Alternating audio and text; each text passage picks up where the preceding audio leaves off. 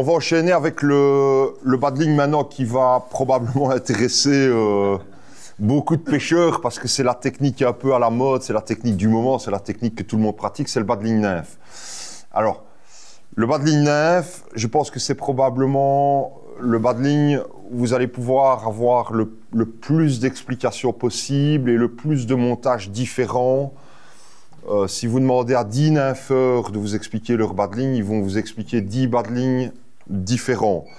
On est sur une technique de pêche où c'est un peu différent puisque en nymphe, quand vous pêchez en sèche ou en noyer, c'est votre soie qui propulse vos mouches. En nymphe, c'est l'inverse.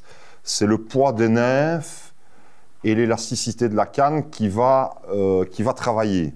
Donc, je pense que le paddling que vous devez utiliser, c'est celui avec lequel vous vous sentez le plus à l'aise. Moi, personnellement, j'ai mis presque une saison complète à trouver le paddling qui me correspondait. Raccourcir, augmenter, changer de diamètre, essayer plus faible, plus gros.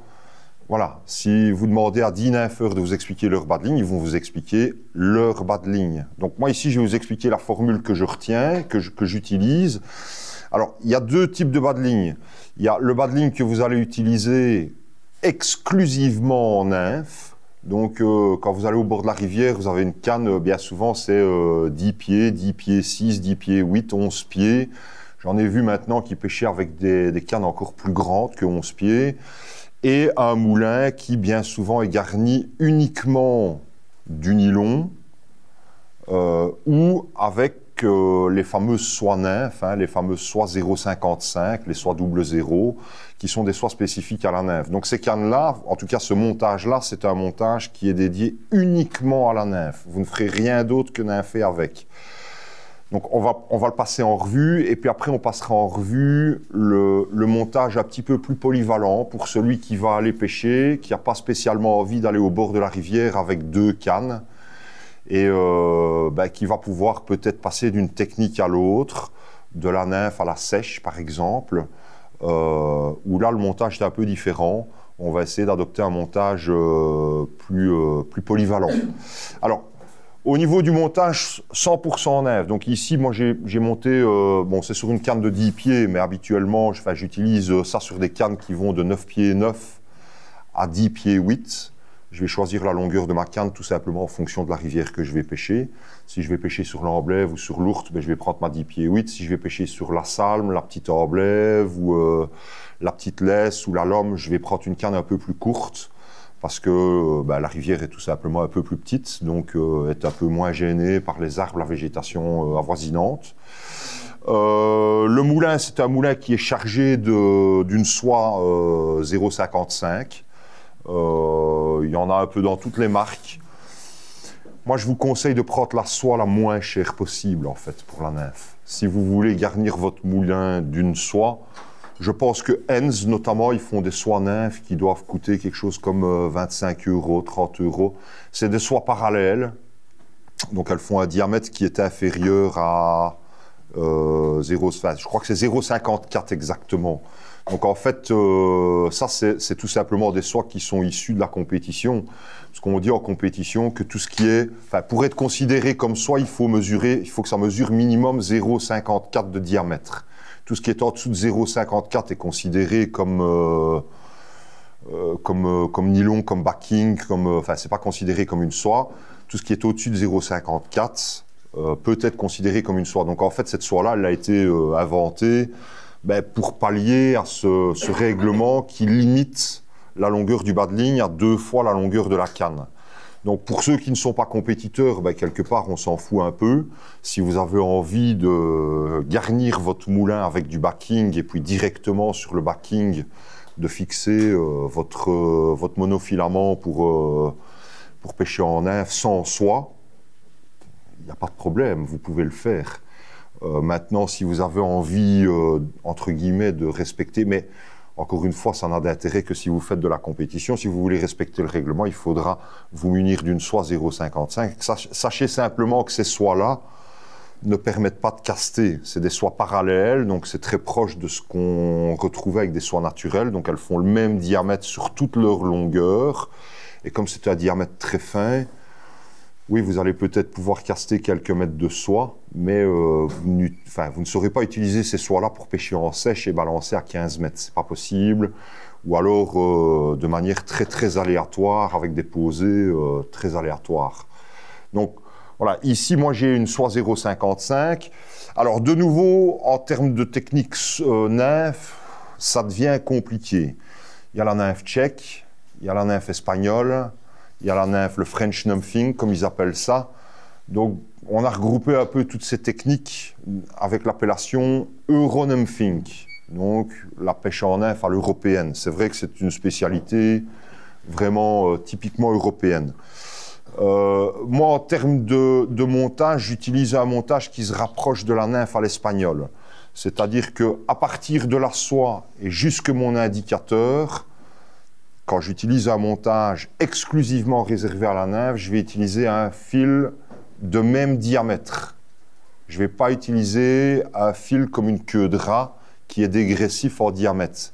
Donc, à partir de ma soie, donc ici, sur la soie 0,55, j'ai thermosoudé un micro-ring. Donc, pour ceux qui voudront voir, je pourrais montrer après. Et puis, directement à partir de cette soie, je pars avec un fil qui fait, en début de saison, 20 centièmes. Et puis, ben voilà, de nouveau, il y a certains compétiteurs qui descendent même en diamètre et qui mettent un fil en 14 centièmes. Hein, donc voilà, moi j'utilise un 20 centièmes parce que de nouveau, j'ai envie d'avoir un fil un peu robuste et que je vais pouvoir utiliser éventuellement toute ma saison. Voilà, si en étant compétiteur, au milieu d'une manche, si on commence à casser ce fil-là, donc la partie qui se trouve au-dessus de l'indicateur, c'est un peu embêtant, raison pour laquelle je conseille d'ailleurs, c'est ce que je fais, moi j'achète des petites bobines comme ça en foam, sur laquelle je fixe un velcro, je scratch ça, et sur cette bobine, j'ai déjà un bas de ligne complet avec l'indicateur fixé, et si jamais pendant ma journée, je casse au-dessus de l'indicateur, ben, je coupe à hauteur de la soie, enfin, je coupe à hauteur de la fixation soie, je refixe ici dans la micro-boucle qui est faite au préalable et je laisse dérouler la bobine et j'ai un bas de ligne complet qui est déjà à mesure. D'accord? Alors, j'utilise un fil, c'est un peu spécial, c'est une formule qu'un compétiteur confirmé m'avait expliqué à mes débuts en nymphe. Je ne sais pas s'il pêche encore comme ça, mais c'est la formule que lui m'avait expliquée à l'époque. J'utilise un fil pour feeder. D'accord, moi j'utilise le Trabuco, l'XPS Feeder, voilà. Alors, ce fil, il a la particularité déjà d'être en camoufil, donc il est en teinte bicolore, voire tricolore, hein. On a de l'olive, du jaune, du brun, à intervalles réguliers, donc ça facilite déjà sa visualisation quand vous êtes en action de pêche, où on voit plus facilement le fil. Ça, c'est sa particularité principale. La deuxième particularité, c'est, voilà, il est légèrement élastique. C'est intéressant parce que quand on pêche en nymphe avec des diamètres très fins, ben, ça va amortir. Alors certains diront, oui, mais comme il est élastique, tu sens la touche avec un temps de retard. Oui, dans l'absolu, dans la théorie, c'est vrai.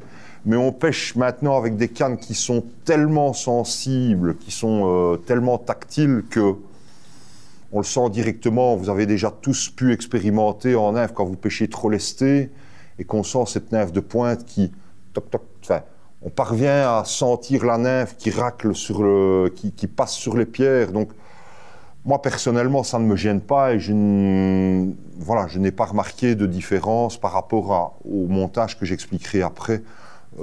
Qui est un peu plus polyvalent. Donc j'utilise ce fil donc, qui est parallèle du début à la fin, feeder, légèrement élastique et en camoufil.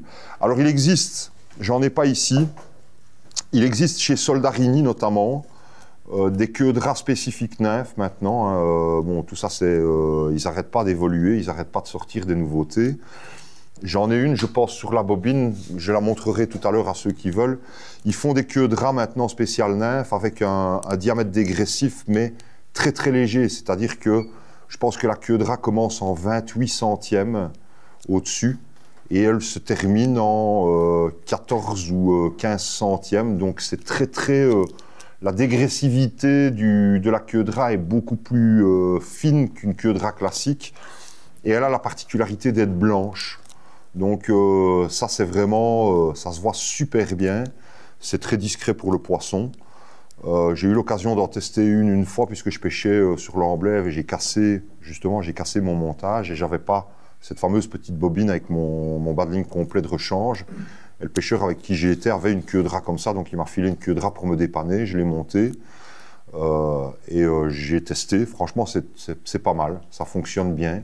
Mais voilà, ça fait maintenant quelques années que j'utilise ce montage et ça fonctionne super bien. Donc, restez encore une fois, restez dans ce que vous avez l'habitude de faire. N'expérimentez pas 36 bazars, c'est le meilleur moyen de vous perdre dans votre pêche. Si vous êtes à l'aise avec votre badling, continuez avec celui-là, ne changez pas.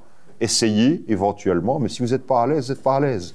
Vous reprenez le badling dans lequel vous êtes à l'aise. C'est vraiment important. Alors, au bout de ce fil-là, alors la longueur, j'y reviendrai après, vous allez comprendre pourquoi. Au bout de ce fil-là, je fixe un indicateur. Alors, l'indicateur, je vais le fixer côté monofilament, donc sur sa partie supérieure. Je vais le fixer par un nœud classique. D'accord? Alors, j'ai un indicateur. Moi, j'utilise des indicateurs tricolores. Bien souvent, la plupart des indicateurs sont bicolores. C'est bien souvent du jaune et du rose fluo, ou du jaune et de l'orange fluo. Moi, j'utilise un tricolore. J'utilise celui avec le petit morceau. Il y a un petit morceau là de 4-5 cm de noir entre les deux couleurs. Je trouve que ça permet une meilleure visualisation de l'indicateur. Le fait qu'il y ait cette coupure entre les deux teintes, qui est, une fois que vous êtes en action de pêche, ce petit morceau noir est totalement invisible. Et c'est quelque part comme si vous aviez deux indicateurs, un indicateur rose et un indicateur jaune. Moi ça m'aide à le voir. Alors, certaines marques le font, je sais que c'est le cas chez Anak, et c'est également le cas chez Cortland. Moi j'utilise des indicateurs Cortland, je trouve qu'ils sont super bien faits. Regardez pour vos indicateurs, toujours le choix est important. Il y a certains indicateurs qui ont tendance à se décolorer très très rapidement. Voilà, je cite les marques des indicateurs que moi j'utilise, je ne citerai aucune autre marque, mais voilà, il y a des indicateurs, quand ils sont stockés sur les bobines, bon, les bobines, elles sont amenées à être mouillées, humides pendant votre session de pêche. Il arrive parfois que ces indicateurs se décolorent. Donc, regardez pour trouver un indicateur de bonne qualité. Moi, ici, j'ai trouvé mon bonheur avec les indicateurs Cortland, mais il y en a d'autres qui sont très très bien aussi. Je sais que Rio en fait, je sais que Vision en fait, je sais que, comme je l'ai dit tout à l'heure, ouais, JMC en fait aussi, effectivement. Donc il y a des indicateurs qui sont vraiment très très bien foutus. Et évitez les indicateurs qui sont vendus dans des paquets déjà tout faits. Hein. On vend maintenant dans des paquets un indicateur déjà avec les deux micro-boucles ou micro-rings. D'abord parce que vous allez vous faire truander, vous allez payer le prix de votre indicateur, vous allez payer le même prix que la bobine. Votre indicateur, vous n'aurez qu'un indicateur. Et bien souvent, ces indicateurs-là, ils sont gros, enfin, voilà, moi je ne les trouve pas super. Alors au niveau de l'indicateur, moi je fixe mon rose fluo, mais c'est un choix encore une fois personnel, je fixe le rose fluo au-dessus. Et le jaune fluo, il est lui en dessous. Donc ma pointe va venir se fixer sur le jaune fluo. Pourquoi est-ce que je fais comme ça? Ben, tout simplement parce que quand vous allez pêcher en nymphe, dans la plupart des cas, il faut maintenir cet indicateur au-dessus de la surface de l'eau. Il faut idéalement que cet indicateur ne soit pas en contact avec l'eau, mais quand vous allez passer dans une fosse et que vous n'avez pas forcément le temps de changer la longueur de votre pointe, vous allez laisser descendre légèrement cet indicateur dans l'eau. Donc la première partie de l'indicateur va descendre dans l'eau. Moi, je préfère que ce soit le jaune qui descende dans l'eau, parce que par définition, le jaune fluo, il est plus discret que le rose fluo. Donc si j'ai une partie de l'indicateur qui descend en dessous de la surface de l'eau, je préfère que ce soit la partie la plus discrète. Et à l'inverse, pour avoir un contact visuel, le rose se voit mieux que le jaune. Donc je préfère maintenir ce rose au-dessus de l'eau parce que je garde un meilleur contact visuel avec mon indicateur. Donc moi je mets le rose au-dessus. Si vous ne trouvez pas d'indicateur avec la partie noire entre les deux, vous pouvez tout à fait le noircir noircir une petite partie avec un marqueur indélébile, les marqueurs à l'alcool. Sachez simplement que si vous faites ça, ce noir d'abord aura tendance quand même s'il est censé être indélébile, il aura tendance quand même à s'effacer et à se dissiper, je vais dire, au fur et à mesure de la pêche. Sachez aussi que quand vous allez réembobiner votre soie et votre indicateur, le noir peut déteindre sur d'autres parties de l'indicateur. Donc, voilà, ce n'est pas l'idéal.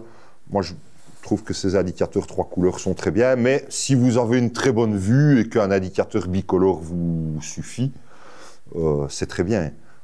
Continuez à utiliser l'indicateur bicolore que vous avez l'habitude d'utiliser.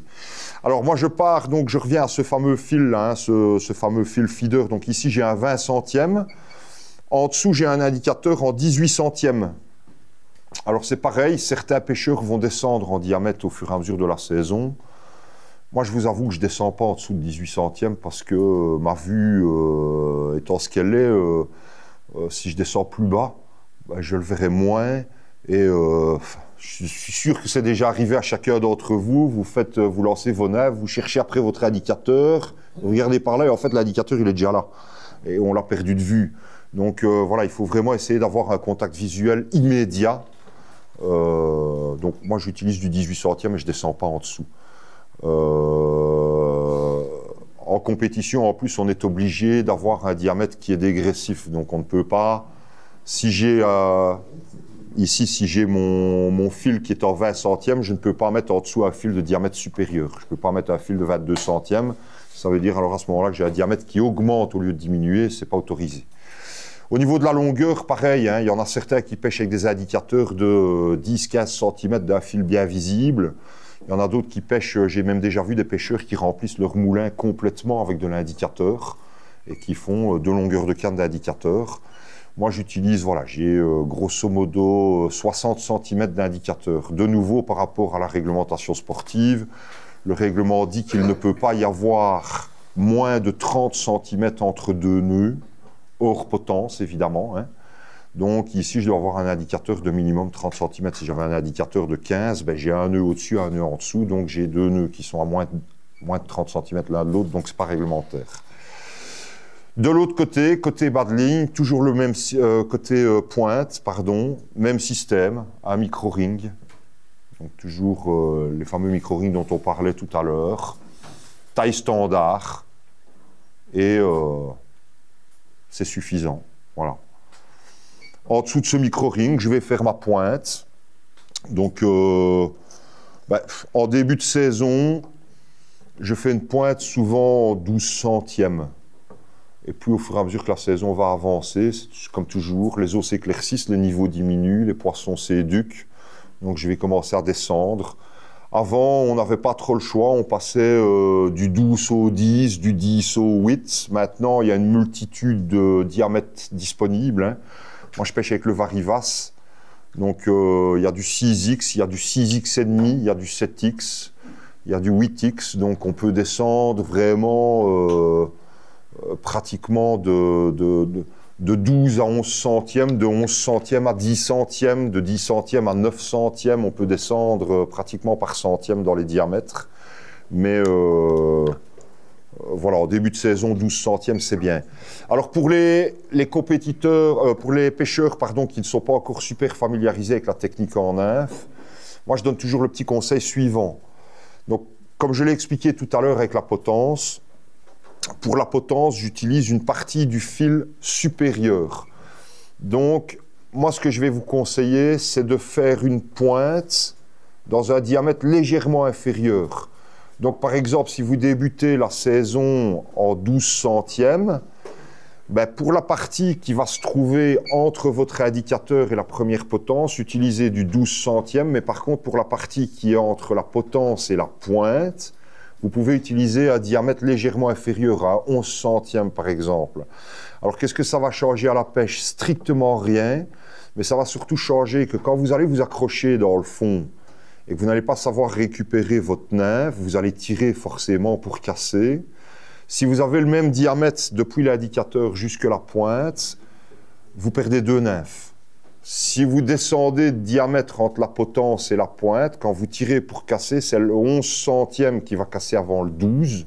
Et comme votre potence est en 12, vous allez récupérer votre nymphe de potence. Donc, au lieu de perdre 2 nymphes, vous n'en perdez qu'une. C'est con, mais quand on débute et qu'on commence à remplir ses boîtes, il y a des séances où on laisse quand même un grammage relativement conséquent de tungstène dans la rivière. Dans la rivière ou dans les arbres. Axel, tu me dois toujours un demi-kilo de tungstène. Donc voilà, c'est con, mais c'est un détail qui peut faciliter la tâche pour les débutants. Voilà. Alors au niveau des potences, le montage, je ne pense pas que ce soit nécessaire de le remontrer. Je pense que tout le monde a bien compris. Donc entre le micro-ring et la première potence, je vais mettre, mais tout dépendra évidemment de la profondeur de la zone que je pêche, je vais mettre en règle générale entre 80 cm et 1 mètre. Et entre cette potence et la pointe, je vais mettre entre 50 et 60, 70, voilà. Ça, c'est un petit peu à vous de voir selon la zone que vous allez pêcher, la profondeur qu'il y a, la vitesse du courant. De nouveau, si vous cherchez un poisson éduqué ou pas éduqué, parfois il y a certains pêcheurs qui aiment bien d'espacer fortement la mouche de pointe et la mouche de potence pour qu'elles soient vraiment les plus indépendantes l'une de l'autre, on va dire. Ça, c'est à vous de voir. Il n'y a pas vraiment de formule, je vais dire.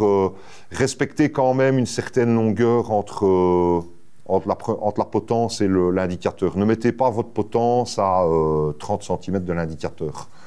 D'accord? Mettez-la un peu plus bas. Faites votre potence aussi, parce qu'en nymphe, c'est vraiment une technique où on change beaucoup plus régulièrement de mouche que dans les autres techniques. Donc faites des potences suffisamment longues pour vous permettre de changer au moins 3 ou 4 fois de nymphe de potence avant de devoir refaire la potence. J'avais une question, Olivier, justement au niveau où tu vas faire ta potence, est-ce qu'on ne peut pas justement utiliser un micro-ring qui permette de, si tu dois faire varier ta longueur de pointe ou tu dois changer ta potence, si, de ne pas à chaque tout à fait. zinguer tout ton fil pour... Tout à fait. Tout à fait. Il y a déjà un problème qui le fait. Ouais, tout à fait. Tout à fait. C'est parfaitement cohérent de mettre un micro-ring à hauteur de la potence pour pouvoir simplement se contenter de remplacer ou la potence ou la pointe. Mais ça veut dire encore une fois, moi je parle en termes de compétition, ça veut dire que dans le cadre d'une pêche en compétition, je me retrouve avec 2 micro-rings sur mon bas de ligne. Et je ne suis pas convaincu de la légalité de ce montage. Il faudrait que je vérifie le règlement, je ne le connais pas sur le bout des doigts, mais je ne suis pas convaincu qu'on peut utiliser 2 micro-rings, voilà. Mais oui, c'est cohérent de faire comme ça. Ouais. Mais encore une fois, il faut bien maîtriser ses nœuds et voilà. Il faut être... mais oui. Ouais. Au niveau des longueurs de fil, parfois tu changes 4-5 fois. Ouais, absolument. Absolument. Et au prix du fluorocarbone, effectivement, c'est intéressant de faire comme ça. Le poids du montage, c'est pas le poids du micro-ring qui fait que ça... Non. Et puis, les petits micro-rings là qui sont montés, à mon avis... Pour la pêche en nymphe, je n'utilise pas les petits de 1 mm.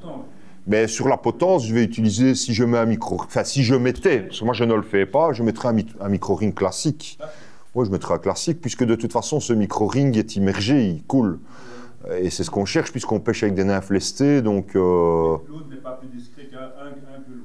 Non, une fois qu'ils sont immergés dans la dérive, je ne pense pas que ça change. Je ne pense pas que ça change grand-chose. Voilà. Donc ça, c'est pour le montage vraiment spécifique nymphe, d'accord? Certains, encore une fois, comme je l'ai dit tout à l'heure, moi je pêche avec un fil de de diamètre égal depuis la soie jusqu'à l'indicateur. Il y en a certains qui préfèrent pêcher avec une queue de rat ou un truc dégressif. Je ne sais pas si c'est le cas ici. Je ne sais pas comment tu pêches toi en nymphe. Comme... Ben voilà. Avec 2 micro-rings. Ouais. On peut mettre 2 micro-rings. À un moment donné, je le faisais. Je mettais un micro-ring aussi au-dessus de l'indicateur, ce qui me permettait de remplacer l'indicateur si nécessaire. Ça, c'est un montage que je vais expliquer maintenant pour une pêche plus polyvalente. À la place du micro-ring, il existe toujours le système de la micro. Alors, la micro-boucle, effectivement, la micro-boucle, elle est top. Hein, c'est un système qui fonctionne super bien et qui est vraiment encore plus discret. Encore une fois, en étant compétiteur, moi, je ne l'utilise pas tout simplement parce qu'elle est interdite. On ne peut pas utiliser la micro-boucle. Donc, si la micro-boucle était autorisée, effectivement, je ne m'embêterais pas à perdre des micro-rings dans mon salon la veille de la pêche en dessous du divan et en perdre 6 avant de fixer le 7e. Ici, en nymphe, le problème ne se pose pas parce qu'on va pêcher en fluoro et on va utiliser ce fameux micro-ring, mais effectivement, comme Pascal le dit, éviter de nouer de manière directe un fluorocarbone à un nylon, parce que le fluorocarbone va avoir tendance à trancher effectivement le nylon. Donc voilà, éviter les nœuds directs entre nylon et fluorocarbone. Donc voilà. Donc ça c'est pour le montage. Il n'y a pas de question par rapport à ce montage-là? Donc ça, c'est pour le montage que vous allez utiliser exclusivement et uniquement en nymphe. Il ne sert qu'à ça. Maintenant, comme je le disais tout à l'heure, on a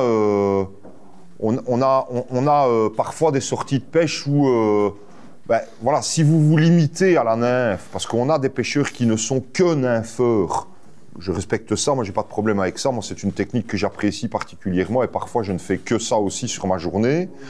Mais si vous ne pêchez qu'en nymphe et que vous passez par exemple devant un beau plat et que dans ce plat vous voyez l'un ou l'autre gobage, si vous n'avez qu'un montage en nymphe, la plupart des nympheurs, qu'est-ce qu'ils vont faire? Ils vont sortir de l'eau, ils vont passer au-dessus du plat et ils vont aller chercher la coulée suivante. Maintenant, voilà, si vous avez envie à un moment donné de pêcher en sèche, il y a une possibilité de faire un montage qui est un peu différent et qui va vous permettre d'être polyvalent sans devoir changer de canne. Parce que parfois, quand on est au bord de l'eau, on n'a pas envie de se promener avec 2 cannes, une canne en sèche et une canne en nymphe. C'est encombrant, c'est emmerdant. C'est le meilleur moyen d'en perdre une. On en dépose une au bord de la rivière et puis on l'oublie. Et puis, enfin bref, on pêche à une seule canne. Alors le montage, il est pratiquement similaire, si ce n'est qu'à la place de ce fameux fil monofilament de diamètre égal, je vais le remplacer de nouveau par une queue de rat de 11 pieds, tout simplement. Je vais mettre une queue de rat de 11 pieds. Au bout de cette queue de rat, je vais fixer, alors là, ça impose évidemment l'utilisation de 2 micro-rings. Donc là, je vais mettre un micro-ring au bout de ma queue de rat. Sur ce micro-ring-là, je vais fixer ce fameux indicateur. Et puis en dessous de l'indicateur, je vais faire ma pointe en nymphe classique. Donc je vais pêcher en nymphe exactement de la même manière, si ce n'est que je vais utiliser une queue de rat. Donc le lancer sera un peu différent. Moi, je le trouve un peu moins fluide parce qu'on utilise une queue de rat, donc forcément, le lancer est un petit peu moins énergique qu'avec un fil du même diamètre sur toute sa longueur. Mais si j'arrive et que je vois un gobage, je vais simplement bouger ma pointe. Je vais couper mon indicateur à ras du micro-ring en dessous de la queue de rat. Bien souvent, j'ai une épingle de nourrice sur mon gilet. Je vais fixer mon indicateur à mon épingle de nourrice, comme ça mon indicateur est en attente. Et puis en dessous de ma queue de rat, je vais refaire une pointe en sèche, tout simplement. Et puis je vais pêcher en sèche. Et puis je continue ma session de pêche. J'arrive dans la coulée suivante. Même procédure dans l'autre sens. Je coupe ma pointe, je reprends mon indicateur, je remets mon indicateur, je refais une pointe en nymphe et je repêche en nymphe. Voilà. Ça, c'est un montage qui est plus polyvalent, qui va vous permettre d'allier les 2 techniques avec la même canne, sans devoir changer de moulin, sans devoir changer de soie, sans devoir changer de canne, sans devoir vous encombrer inutilement au bord de l'eau. Je l'utilise encore de temps en temps en loisir, quand j'ai pas envie de me promener avec 2 cannes. Mais voilà, forcément, pour ceux qui sont compétiteurs, on a le nombre, on a 2 ou 3 cannes au bord de l'eau, le problème ne se pose pas, puisque bien souvent on est accompagné d'un contrôleur, et le contrôleur s'occupe très gentiment, bien souvent, de porter les cannes qu'on n'utilise pas. Donc, on va privilégier là une canne, on aura une canne en sèche, une canne en nymphe et encore parfois une 3e canne en noyer. Mais quand vous allez pêcher tout seul, une canne, c'est bien, c'est suffisant. Voilà. Alors, en termes de longueur, c'est vrai que j'ai oublié de le préciser. Nous, en compétition, on est limité en termes de bas de ligne à 2 fois la longueur de la canne depuis la soie jusqu'à la mouche de pointe, quelle que soit la technique utilisée. Alors, c'est un peu pointilleux parce que si je fais un bas de ligne, donc moi, chaque début de saison, je vais, au grand désespoir de ma femme, je vais monter ma canne dans la salle à manger. Je vais commencer à monter ma canne, je vais commencer à passer mon fil dans les anneaux, et puis je vais faire une pointe, et je vais la monter comme si je me mettais en action de pêche. Et je vais sortir ce fameux fil-là, camoufil, je vais en couper plus que ce dont je n'ai besoin. Celui-là, je ne dirais pas qu'on peut se permettre de le gaspiller, mais enfin, on est à 7 € pour la bobine de 200 mètres. Il y a de quoi faire. Je pense que j'ai la même bobine depuis 3 ans et il en reste encore dessus. Donc je coupe un morceau un peu plus long, je fais ma pointe complète. Je fixe 2 nymphes dessus, je viens accrocher la nymphe dans le talon de ma canne, et puis je tends mon bas de ligne, et je m'arrange pour que ma soie sorte juste du moulinet. Et puis quand j'ai tendu mon bas de ligne et que je viens à ras de la pointe de la soie, tac, je coupe le fameux fil à cette longueur-là, et puis je le noue à ma soie, et je sais que j'ai 2 longueurs de canne. Voilà. Maintenant, si je fais ça sur une 10 pieds, soit 8, et puis que en compétition, parce que je pêche une petite rivière, je vais utiliser une 9 pieds, soit 9, je sais que je vais devoir raccourcir ce morceau de 30 cm parce qu'il va être 30 cm trop long. Mais encore une fois, en loisir, on s'en moque, on s'en fout. Si votre bas de ligne il est beaucoup plus long que 2 fois la longueur de la canne, ça n'a pas d'importance. Et si vous faites le montage dont on a parlé en deuxième, donc le montage un peu polyvalent, avec une queue de rat, si vous utilisez une queue de rat de 11 pieds, c'est la longueur idéale, 11 ou 12 pieds. Vous utilisez une queue de rat de 11 pieds et vous pêchez avec une 10 pieds, ça veut dire que votre queue de rat, une fois qu'elle est montée, elle va dépasser de la canne en partant du postulat que la soie sort à peine du moulin. La queue de rat va dépasser d'une 40aine de centimètres. Vous fixez votre indicateur qui fait à une 60aine de centimètres.